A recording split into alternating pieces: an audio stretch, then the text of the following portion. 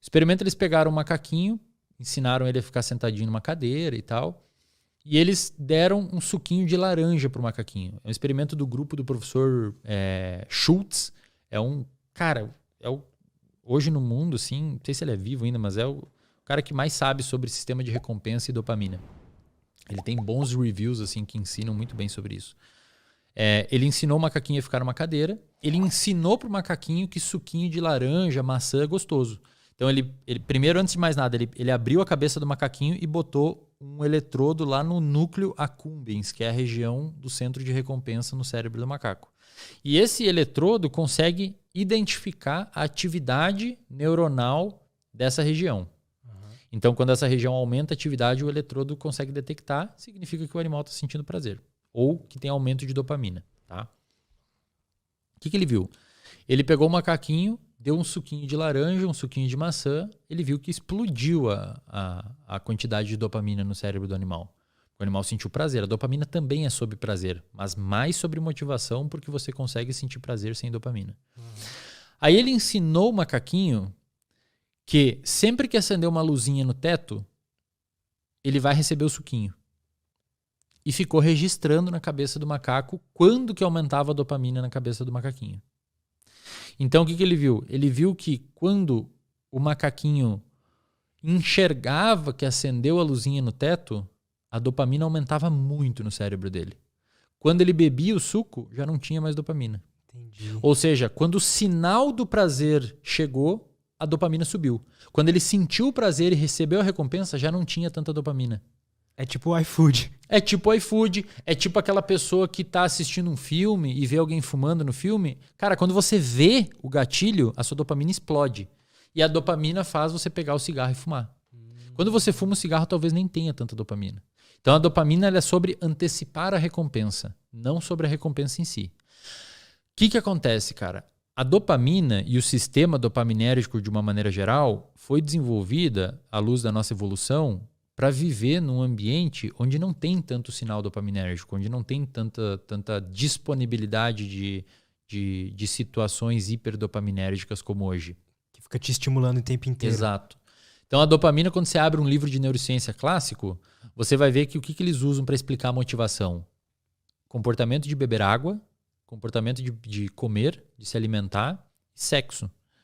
Por quê? Porque a dopamina funcionou para isso durante a nossa evolução. A gente acordava de manhã nas cavernas lá e tinha que ficar motivado e preocupado com o que ia comer, se tinha água para beber ou se ia cuidar da prole, etc. Faz sentido.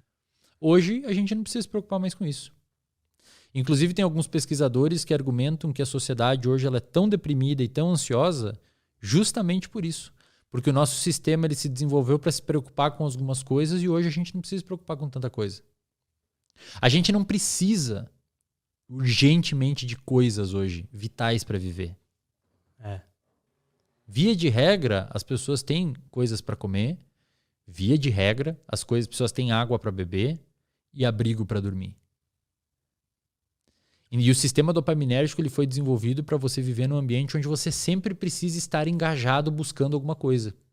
E hoje, muitas vezes, a gente está em casa no sofá, tem comida na geladeira, tem água ali, os seus pais te ajudam, etc. E você fica, e aí, o que eu faço agora? O que eu faço? Aí o seu sistema de dopaminérgico muitas vezes te joga para quê? Pornô em excesso, videogame, drogas. Por quê? Porque essas coisas, elas jogam muito dopamina pra jogam você, muita né? dopamina. São comportamentos hiperdopaminérgicos. Muito. Os jogos de videogame, por exemplo, são desenvolvidos para liberar muita dopamina. O sexo, a pornografia, naturalmente libera muita dopamina.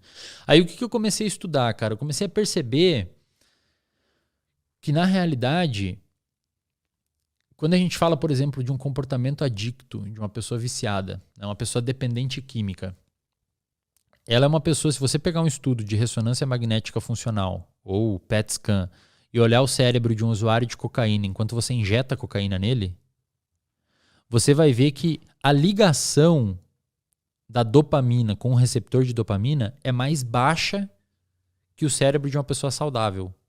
Ou seja, ocorre um downregulation. O que é downregulation?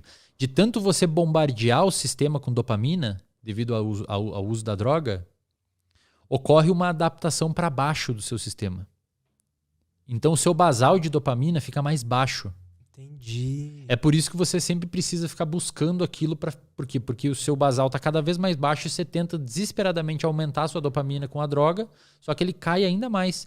O nosso corpo ele se regula muito assim. Se você come muito açúcar, o seu pâncreas vai liberar muita insulina. E conforme você vai liberando bombas e bombas de insulina, a sua célula começa a criar uma situação chamada de resistência à ação da insulina. E a resistência à ação da insulina é mais ou menos por isso. O receptor de insulina sai da célula e você começa a não ter a ligação de insulina e não ter a entrada de glicose na célula. Eventualmente você desenvolve diabetes. A droga no cérebro faz mais ou menos a mesma coisa, Lutz. Ou qualquer outra coisa que, Aí que tá. transforma a pessoa em uma viciada. Isso que é louco. O que acontece? Obviamente, eu tenho que fazer essas ressalvas pra galera não me xingar depois, mas obviamente, você usar cocaína é diferente de você comer um bolo, comer chocolate. Óbvio, pessoal, óbvio isso. Ninguém aqui tá falando que pessoas que comem açúcar são viciadas em drogas. Não. Mas o açúcar, a gordura, a pornografia, comportamentos de uma maneira geral são, sim, liberadores de dopamina. Não num pico tão grande quanto uma droga, por exemplo, uma anfetamina, uma cocaína, alguma coisa nesse sentido. Mas ainda assim, jogos de uma maneira geral, cassino, videogame, etc., às vezes interação social em excesso, quando você desesperadamente procura por aprovação social, comidas hipercalóricas. Existem alguns comportamentos que naturalmente vão aumentando os seus picos de dopamina. E o segredo é assim, imagina que o seu sistema dopaminérgico ele tem 2 tipos de liberação. Tá? Ele tem uma liberação tônica. O que é uma liberação tônica? Os seus neurônios dopaminérgicos, a gente tem relativamente pouco neurônio no cérebro que produz dopamina. É uma das menores vias de todas. A gente tem 5 vias descritas dopaminérgicas no cérebro, uma sexta que ainda estão descrevendo os neuroanatomistas e neurofisiologistas, mas tem 5 vias bem descritas. 3 dessas vias são particularmente importantes para o comportamento de motivação, vício, etc. Que é a via mesocortical, aquela câmera ali que tá pegando, né? A via mesocortical, ela vem mais ou menos da sua orelha, lá do centro do seu cérebro, no meio dele, do miolo dele, da sua orelha, até o seu córtex pré-frontal, atrás da sua testa. Tem a via mesolímbica, que iria, digamos, da orelha, do meio da orelha ali, até mais o meio do cérebro. E tem a via nigroestriatal, que é uma via que também vai ali do meio da orelha. Todas elas saem do mesmo lugar, né? Da área tegmentar ventral, ali naquela região do tronco encefálico.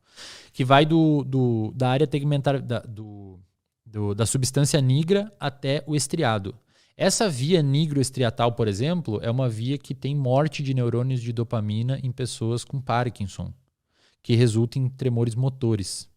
Ou seja, a dopamina, além de te dar motivação subjetiva de querer, tipo, agora eu tô com sede, porque eu almocei há pouco, etc, eu tô com sede. Então a dopamina me leva a sentir a vontade de tomar essa água e ela também permite o meu movimento físico para pegar, porque motivação e movimento tem muito a ver as duas coisas. Você geralmente quando está motivado por alguma coisa envolve um movimento físico. E isso tudo que faz a dopamina. E a gente tem relativamente poucos neurônios dopaminérgicos no cérebro. As outras vias são muito maiores. E ainda assim, olha o tanto que ela faz, cara. O poder que tem. É muito foda.